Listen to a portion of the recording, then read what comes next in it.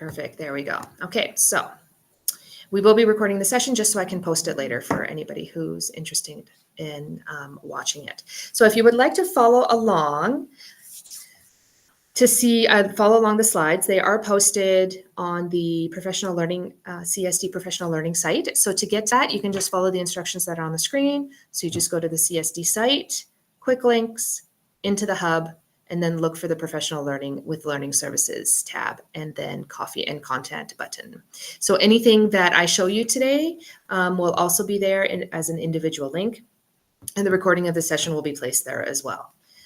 So I'll show you what it looks like for those who may not have accessed this session through the site.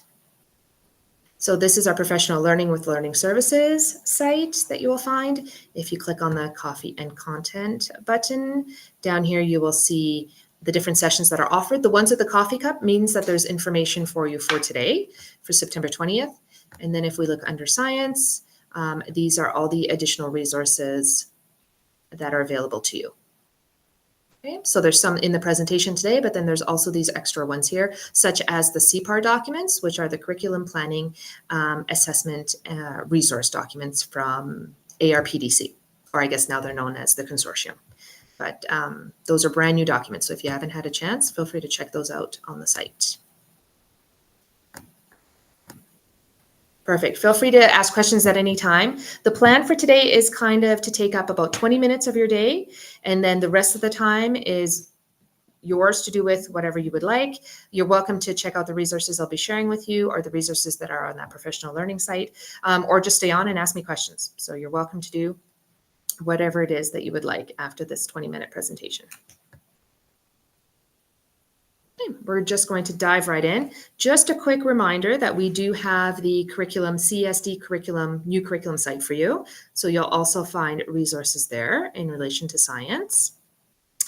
A reminder that we no longer have the individual units from the previous science curriculum where all the units were siloed, meaning one didn't really have an impact on the other.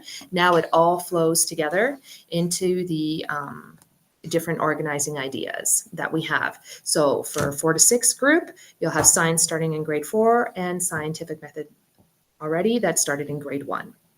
So now you have all of the organizing ideas, all 7 of them for 4 to 6. Okay. So here are the organizing idea. My suggestion to you would be to incorporate computer science and scientific method within the other 4 organizing ideas. So matter, energy, earth systems, living systems, and space. Only for the fact that in order to do them all individually, meaning computer science on its own and scientific method on its own, it's going to be way more time consuming, and you probably won't have time to do that throughout the school year. So I would suggest taking those 2, computer science and scientific method, and embedding them into the other 4. And I'll kind of talk about how to do that with computer science as we move on today. On the new curriculum website, you have access to this document. If you just click on the image in the slide presentation, it'll take you there as well, just to show you old curriculum content versus new curriculum content, from which grade was the old curriculum content pulled into the new one. So for 4, 5, and 6. So for computer science, it's easy. It's all new. There was a little bit mention of it earlier before in the old program in grade 4. They've just expanded on it. But for every other grade, it is new, this whole computer science piece. The reason I'm doing computer science today is based on the feedback form that I had sent out at the end of last year. I think it was in June, where I had the teachers identify the areas of need that they were most interested in and most looking for resources. And this one came up as one of the areas. The other area of need that was identified was energy, hands-on activities for energy. So if you're wanting more help with those, that is what we will be presenting at PLAD. On the PLAD days. So for grade 4, the first PLAD day is October 23rd, grade 5, November 5th, and grade 6, October 22nd. So if you want to sign up for PLAD days and you haven't yet, again, it's on that professional learning site under the PLAD button, and then you can sign up there for PLAD days if you want to attend, if your administrators would like you to attend, and you can get a sub. So there'll be 2 PLAD days for each grade this year. Learning outcomes, there we go. So you will be looking at 7 different learning outcomes from 4 to 6, because you will also have, well, 8 learning outcomes within the 7 organizing ideas, because you have 2 learning outcomes for energy in grade 5 and 6. Okay, delving into computer science. If you are wanting just a copy of computer science by itself, K to 6, from the new curriculum, you can click on the link that I have there on that page. It is just the computer science outcomes, so you don't have to worry about any of the other things. I've selected just those pages for you. So if you're interested in just printing that off, it is there for you or to view. Okay. So why is computer science important? Computer comes from Latin computare, which means to think, to sum, and to calculate, which basically we want our students to be able to think on their own. Okay, super important when it comes to critical thinking, problem solving, collaborating, any type of analysis. And basically the main part is it encourages perseverance, which is what we want from our students. We want our students, when faced with a problem, to be able to find solutions and not just shut down. So basically, that's really what computer science is all about. It's that perseverance piece. Okay. Brief overview of how it looks from K to 6. Kindergarten, they're learning what instructions are and how to follow them. Any of the bolded words here are the words that you will find in the curriculum itself. Okay, so kindergarten, what are instructions? How do I follow them? Grade 1, I am starting to make instructions, 2 to 3 step instructions. Grade 2, this is when we look into more the creativity aspect, creativity and design thinking, and we talk about debugging. Debugging is running into a problem with the instructions, not getting the desired outcome. So you need to debug, you need to find what the problems are with the instructions and fix them. That's basically what debugging is. Grade 3, we're looking at computational thinking. So how do we take that problem solving and that creativity that we just learned about in grade 2 together to look at computational thinking? It isn't very well explained for grade 3. So I am suggesting, I know none of you are on here, but for the grade 3 teachers, I am suggesting that they do kind of a deeper dive into computational thinking than what is actually explained in the curriculum, because I find that there's gaps there for grade 3 moving on to grade 4. Okay. Anytime we're talking about giving instructions, following a set of instructions, we're really talking about algorithms. So even in kindergarten and grade 1, we're starting that algorithm. We don't actually use the word algorithm technically in the curriculum until grade 4. But that's basically what it is. It's a set of instructions that we're following, which makes up the algorithm. Okay. In grade 5, then we're starting to look at block code, which I will show you what that is a little bit later on. So block code using events, using loops, basically taking those pieces of code, putting them together, and then seeing the desired outcome. In grade 6 is when we start talking about the concept of abstraction.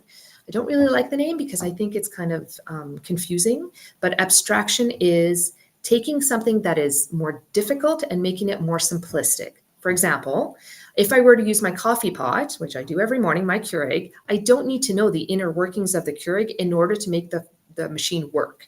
I need the simple steps of turning it on, putting the K-cup in, and pushing the start button. That's all I need to know to make it work. And that's abstraction. I don't need to know the inner workings. I don't need to know steps of how that is all being done in the background. I just need to know the simplified steps for me to make the machine work. And that's abstraction.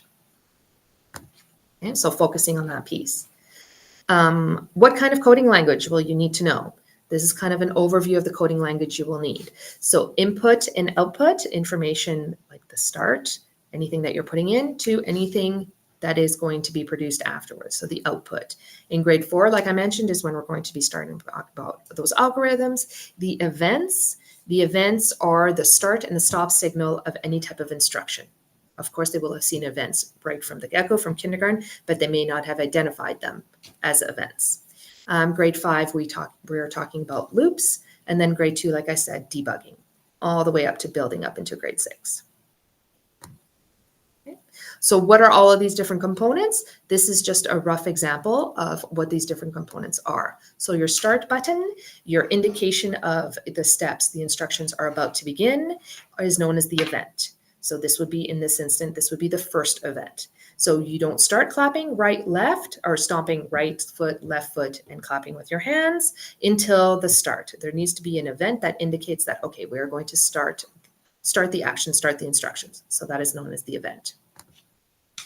Anything else in between that is the input.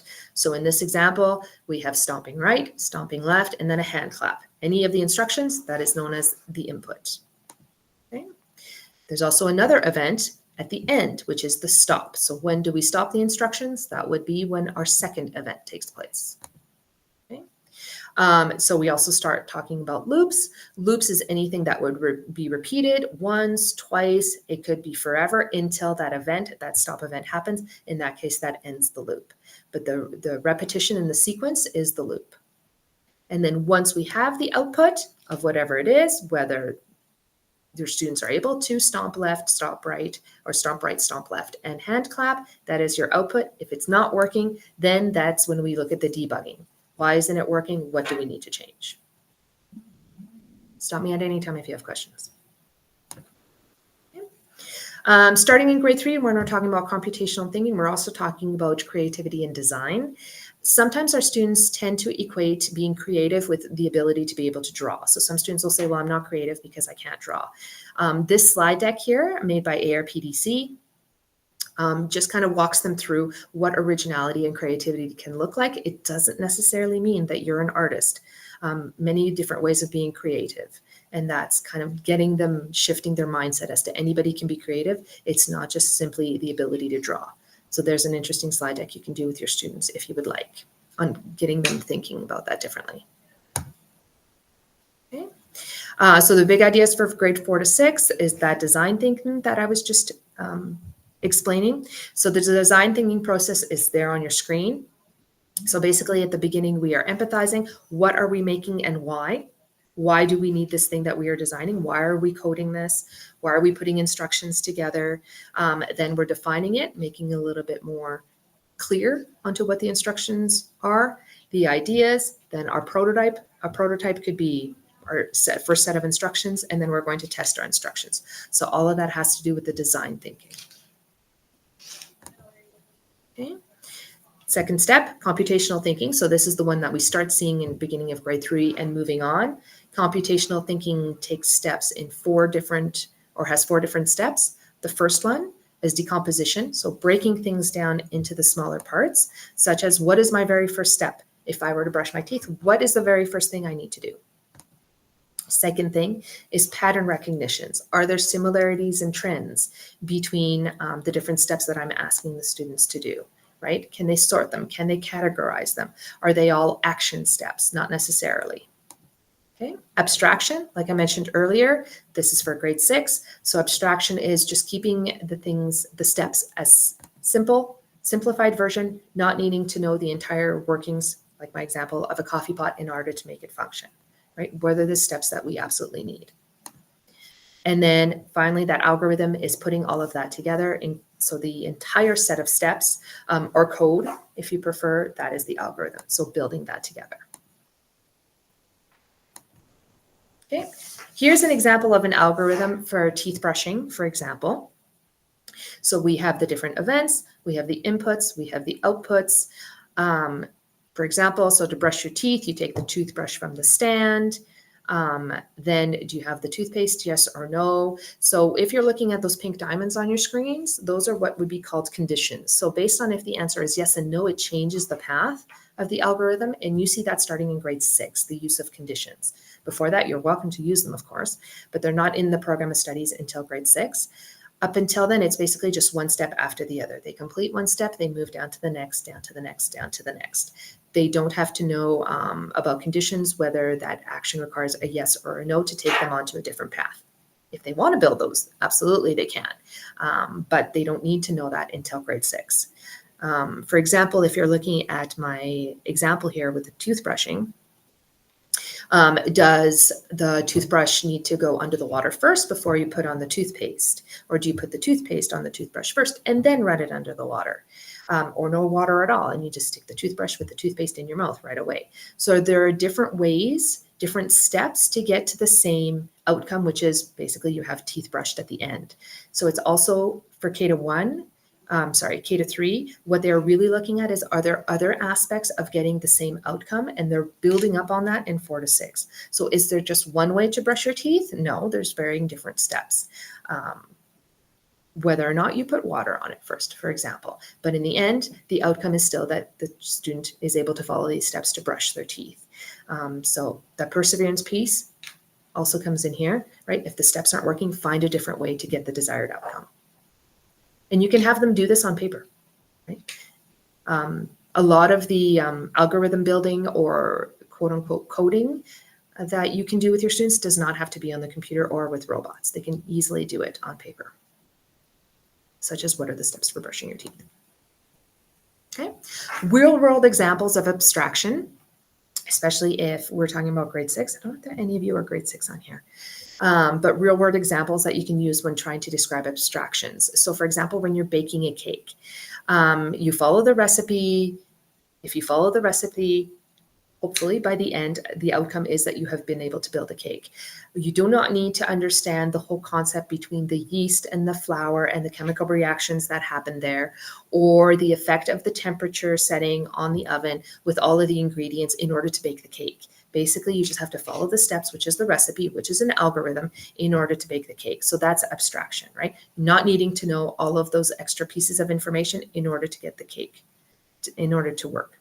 Now, if you're following the recipe and it's not working, then that's when you're debugging and you may have to look at those other components, but starting off very simple in order to get the desired outcome. So to build the cake.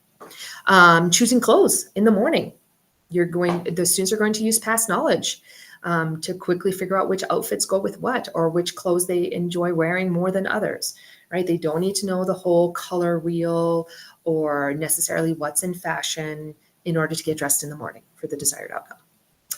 Driving is another example of abstraction. I can drive from here to home, to work, without having to understand the complexities of how a car actually functions. I just need to follow the steps in order to have the car go from A to B. Yes, of course, if the car's not working, then you may need to know the internal workings. But right now, we're going with a functional vehicle to get me from A to B. I don't need to know much. Okay. Skills and procedures that are outlined for grade 4 are here. They're made in this poster just to make it kind of a little bit easier to see them, as opposed to how they are laid out in the curriculum. So if we're looking at our skills and procedures, so when they're talking about artifacts, it's anything that a student could design to meet a need. It sounds kind of intense, but it doesn't necessarily have to be. They can just plan something like, oh, I really wish I could make a machine that would brush my teeth for me, let's say. How would they possibly do that? What might it look like? That would be building the artifact. Then they could look at the availability of the materials to build it. They don't actually have to build the thing. They could attempt to, but they don't actually have to. They could test it, in theory, test it, what could possibly go wrong, provide the feedback, and then collaborate to see if it works. Okay. Grade 5, going a little bit more into the design process. Here in grade 5, this is when they're introduced to block coding, which they can do on their Chromebooks or using the robots. And then again, desired outcome, can they get to the desired outcome? A little bit more on grade 5, and then over to grade 6. So looking at abstraction, so that whole concept of making things, what exactly are the steps that they need to get the desired outcomes without having extra superfluous things in there.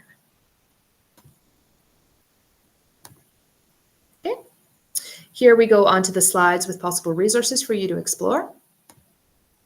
Okay. So like I said, there's different ways of doing computer science. It doesn't necessarily always have to involve tech. Here are different examples. If you click on the images, it'll take you to these websites, to these lesson plans. For example, the students could work on cup stacking algorithms. This is a lot of fun. It doesn't require a lot of supplies. Basically, you just need cups.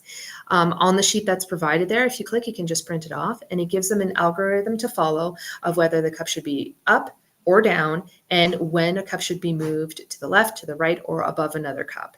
And they build this algorithm, giving that paper to somebody else to see if they can create the same cup stacking pattern that was anticipated, that the first child was able to do.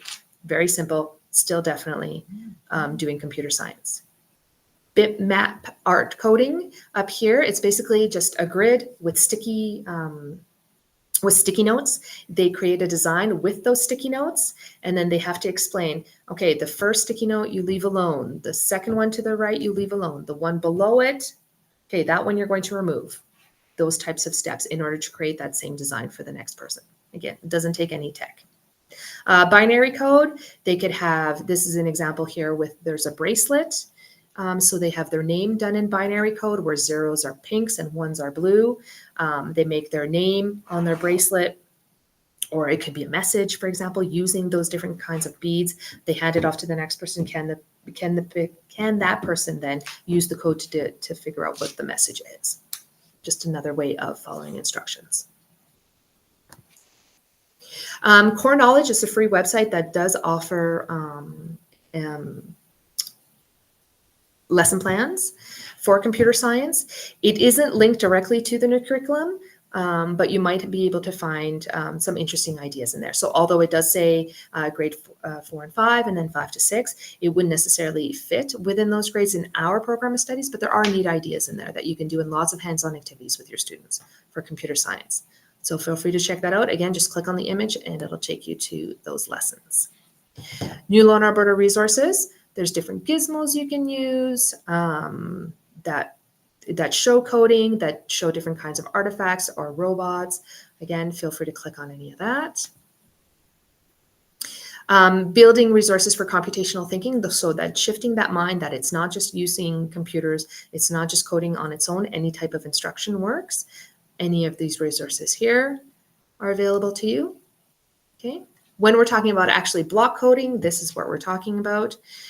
So up here, there's Blockly games that are available for grade 2 and up, Tinker, step-by-step lessons, Scratch. So although these are geared, you'll see that here I have grade 1 and 3. Some of these for your students that perhaps are maybe low, that may not be able to do the higher level coding, they are welcome to use any of these because there's very little reading involved. So even if they're poor readers, they can easily still code using those blocks. They're simplified versions of the blocks. Brand new, hot off the presses, IXL, which you might have used for math, but they also have science resources, and they've just put together science online activities that are adapted for the new program for K to 6. So if you go to this link and you'll click on the right-hand image, the one that says Program of Studies adopted in 2023 for science, that is the one. There isn't a ton of things yet, but they're adding things almost weekly to here. So make sure you're going back and checking because they do have many different online activities you can share with your students. Okay.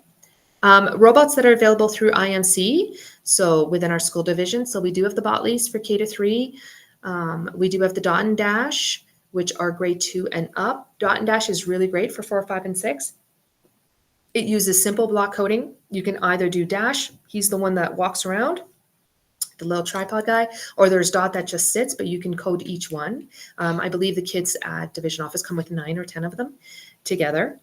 So you're free to check those out. The Q is grade 6 and up. It still uses the same type of coding as the Dot and Dash, but it's more text-based programming as opposed to the blocks. So the block coding is the text-based, but put together in a block simply, and they just put the blocks together. Where the text-base is they have to write the text.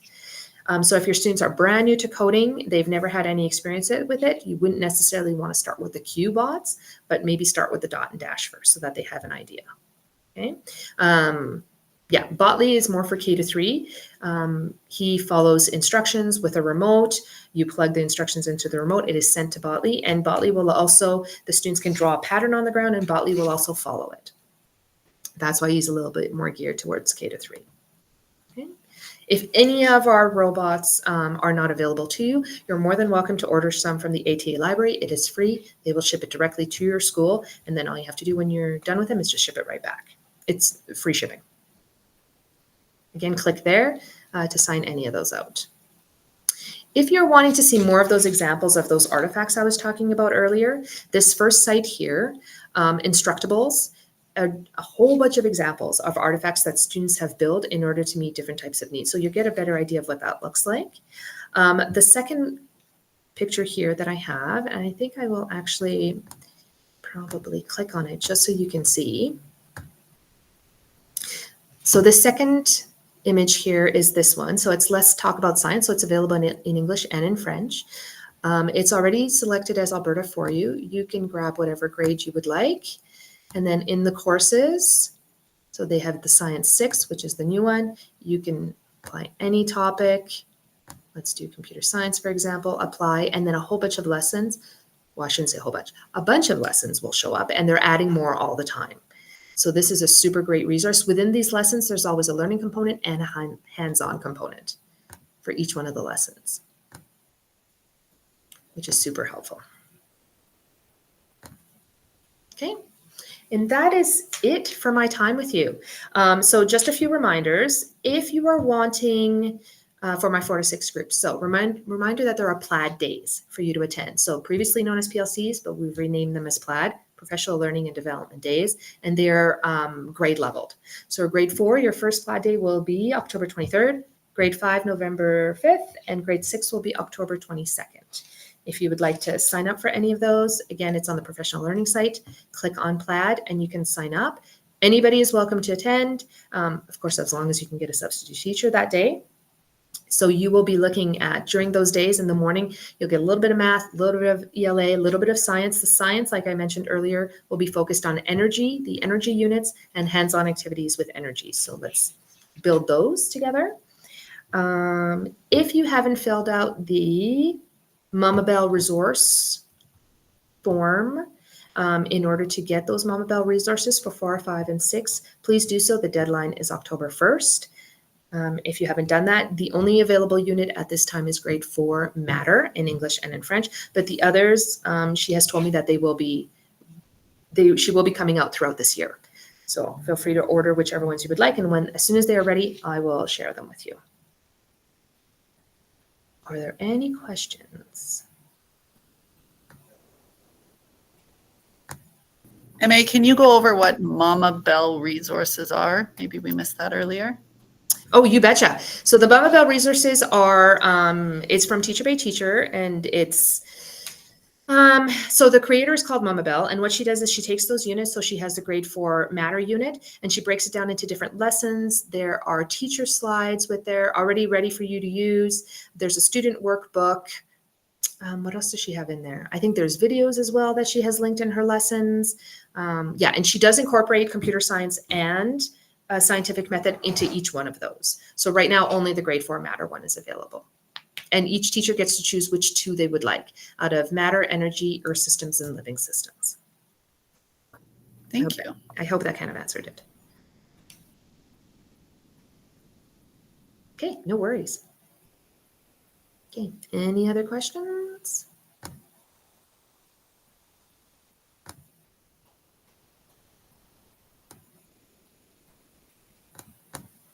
Okay, awesome.